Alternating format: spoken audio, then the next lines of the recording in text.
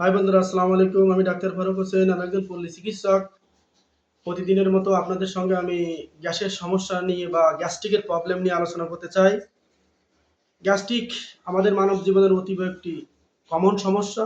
এটা আপনি চাইলেও হবে, না চাইলেও হবে। এখন আমরা স্বাভাবিকভাবে প্রতিনিয়ত আমাদের যে খাদ্য আমরা গ্রহণ করি এবং আমাদের যে খাদ্য গ্রহণের যে রুটিন টাইম, এগুলো যদি আমরা সঠিকভাবে মেনটেন না করতে পারি, সেক্ষেত্রে আমাদের গ্যাসের প্রভাবটা বেশি হতে পারে।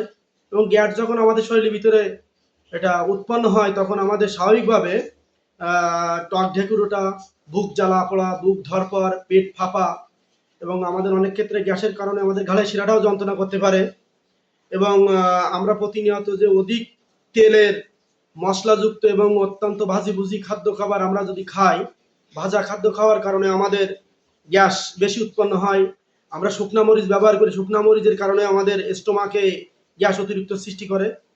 আমাদের দৈনন্দিন চলাফেরা, খাদ্য গ্রহণ এবং উঠা বসা বিভিন্ন কারণের জন্য গ্যাস হতে পারে।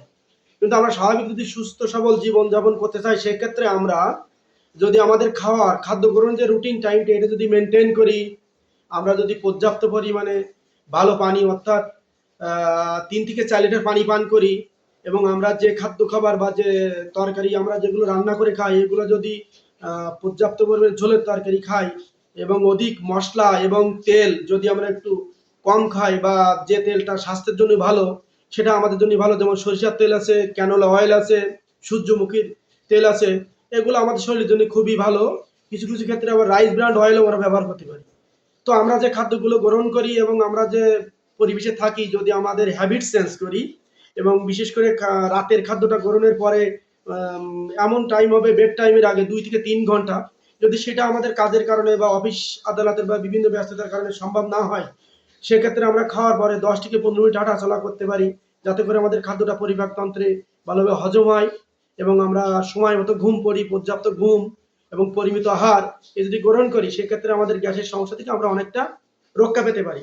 এছাড়াও আমরা প্রাকৃতিক উপায়ে যদি আদা কিছুটা আপনার থেতু করে যদি পানিতে গরম করে সেটা ঠান্ডা হলে পান করি, রাত্রিবেলা আমরা মৌরি বা জিরা ভেজায় রাখি, সকালবেলা যদি পান করি, সেক্ষেত্রে আমাদের গ্যাসটা কম হবে। এবং আমরা যদি পর্যাপ্ত ঠান্ডা যুক্ত তরি তরকারি যেমন কলা, পেঁপে, লাউ, কুমড়া, শশা, চিচিঙ্গা এগুলো খাই, সেক্ষেত্রে আমাদের স্টোমাকটা অনেক ঠান্ডা থাকে এবং আমাদের লিভারের কার্যক্রমটা বেশি পরিচালিত, তখন আমাদের গ্যাসটা কম হয়। তো আপনারা কিছু নিয়ম মেনে চলবেন, আশা করা যায় সঠিকভাবে আপনারা জীবনযাপন করতে পারবেন। এবং এরপরেও যদি আপনারা দেখেন গ্যাস বেশি পরিমাণে হচ্ছে, তো ভালো একজন ডাক্তার বা এমবিবিএস ডাক্তারের পরামর্শ নেবেন এবং সেই অনুযায়ী চলার চেষ্টা করেন। ধন্যবাদ সকলকে। আসসালামু আলাইকুম।